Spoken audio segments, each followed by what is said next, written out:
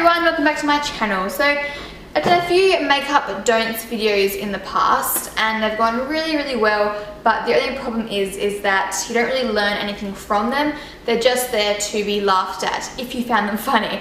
This video is going to be more so teaching you how to correct those makeup mishaps, I guess you could call them. So on one side of my face, I'll be showing you the way not to apply a certain product, in my opinion, and then the way that I would apply it. Just quickly, I don't mean to offend anyone at all with this video. If you do something, in this tutorial that I consider wrong and you like doing it that way, then go for it. It's just, what I've been taught and what I feel works best and is most flattering on people's faces. So please don't take anything to heart. I'm just trying to be just peace and love.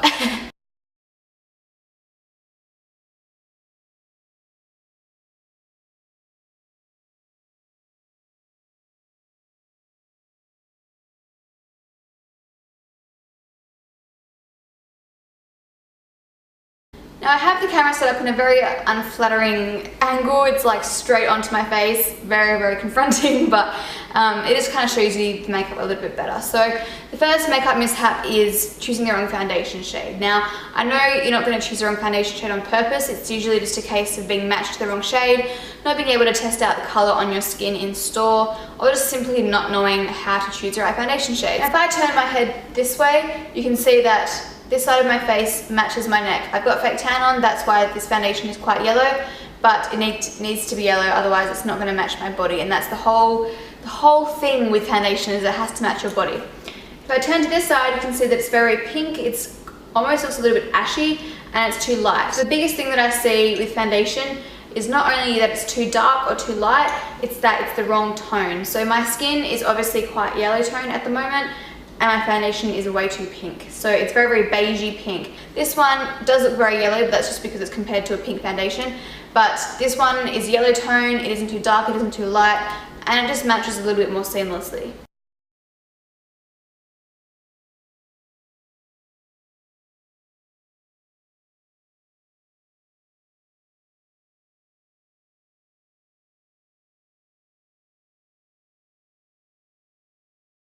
Now I've skipped concealer and I've gone straight to powder. So the problem with this side of my face is that firstly, the powder is the wrong shade. It's way too warm toned. So this has just made my skin look even more pink. And even if my foundation was the right shade and I put this over, it would still make my foundation way too pink. So try and find a powder that is the right shade, that complements your foundation shade and doesn't override it. The next thing that I have done many times before, and I know many people have done as well and continue to do, is use a powder foundation over a foundation. The difference between pressed powder and a powder foundation is that a pressed powder can be used just to set your foundation, rather than a powder foundation, which is usually meant to be worn on its own, so it doesn't need anything underneath it because it has a decent amount of coverage. So if you're wearing a foundation, mainly full coverage, and then you go over with a powder foundation, it's like full coverage plus full coverage, and it's very thick. I'm totally aware that some girls have very bad skin and they can't help it, and that gives them more confidence, and by all means go for it. But there are many girls who have flawless skin who don't need to hide it, and this is coming from me who loves full coverage. So anyway, now this side has been set with a pressed powder, and it's using a shade that complements my foundation shade. So it's still a yellow based powder and it hasn't added much coverage.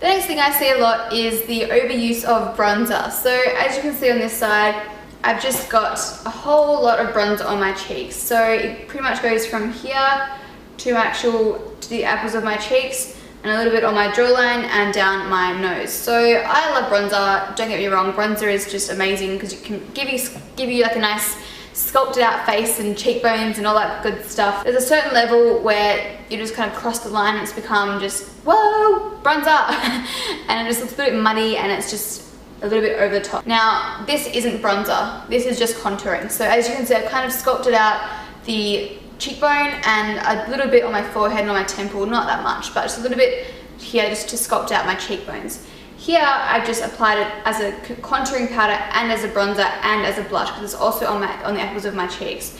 I just think some girls do both, so that ends up covering the hollows of the cheek and the cheekbone and the apples of your cheek. So your whole cheek is just bronzer. Now I'll show you what I would suggest instead. So you can see that I've already got just a nice little sculpted out bit here, but that thick stripe here. So that brings me on to my next step.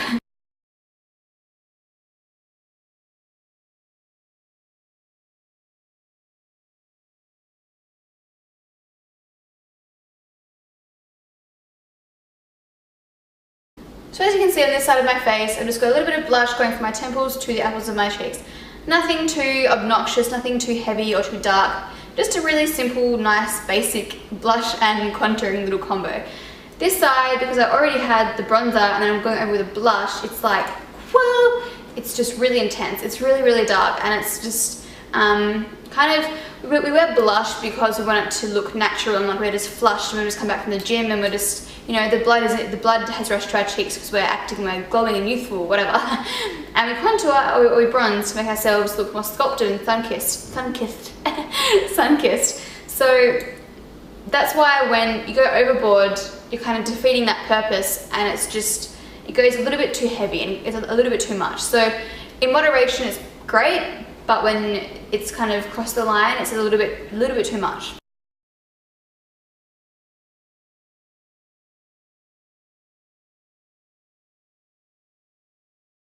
Now the next thing I see a lot is people neglecting their eyebrows. So eyebrows are just the most amazing things in the universe, honestly. If you fill them in right, or you wax them right, or you shape them right, they have the power to frame your whole face, and they just make anyone 10 times prettier or more attractive. I just honestly think they're like just the secret weapon of everyone's faces. Now if you weren't lucky enough to be born with nice, thick, full eyebrows, then you can just fill them in. Or if you were born with tongue-tied, thick, full eyebrows, then you can get them shaped or waxed to complement your face shape, and that will just transform your whole face.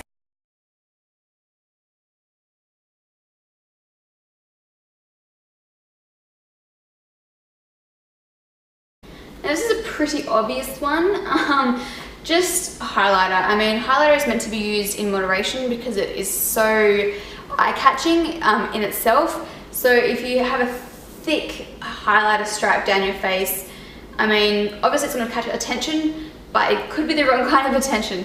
If it's just a nice little, very subtle amount of sheen on the cheekbone, it's going to make your cheekbones look like they're just sky high and very round and high and just beautiful.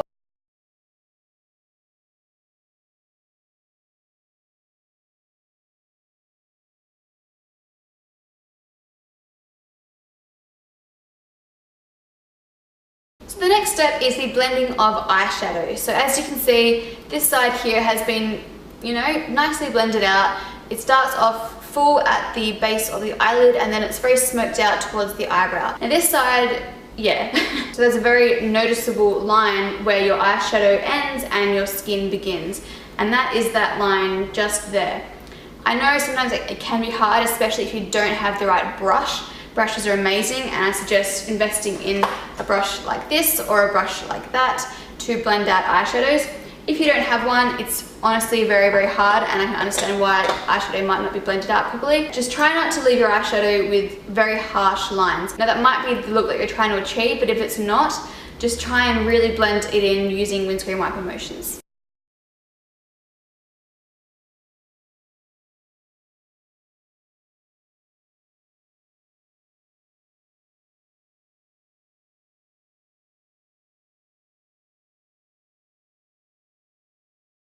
So my next point is obviously eyeliner. Now if you like your eyeliner like this, awesome, keep doing it, whatever you feel comfortable with. But in terms of what will flutter your face the most, I honestly think it looks best if you do a bit of eyeliner on the top of your lash line, blend it out with your finger or a brush, and then trace a little bit of that eyeliner on the bottom, you know, outer corner of your, the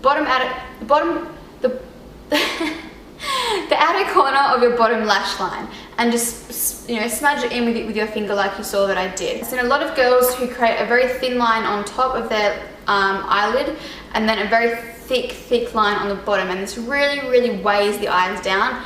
Eyeliner should always be more thick on the top of the lash line rather than on the bottom of the lash line. And if you don't want to wear eyeliner on the bottom lash line, then by all means don't. But it's not very flattering if you wear it only on the bottom of your lash line and not on the top as well.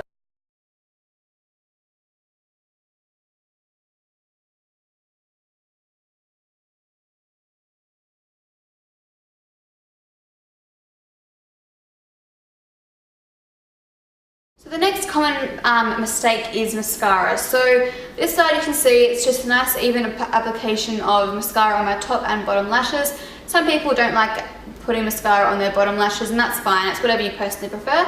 But at least it's nice and even and it isn't clumpy or anything like that. Although I'm sure I'm going to get people saying that it's clumpy, but anyway. This side, I'm trying to show you a little bit closer up. All my eyelashes are stuck together, and on my bottom lash line they're all stuck together as well. But yeah, instead of pushing my eyelashes up and towards my eyebrows, I pull them away towards my ears.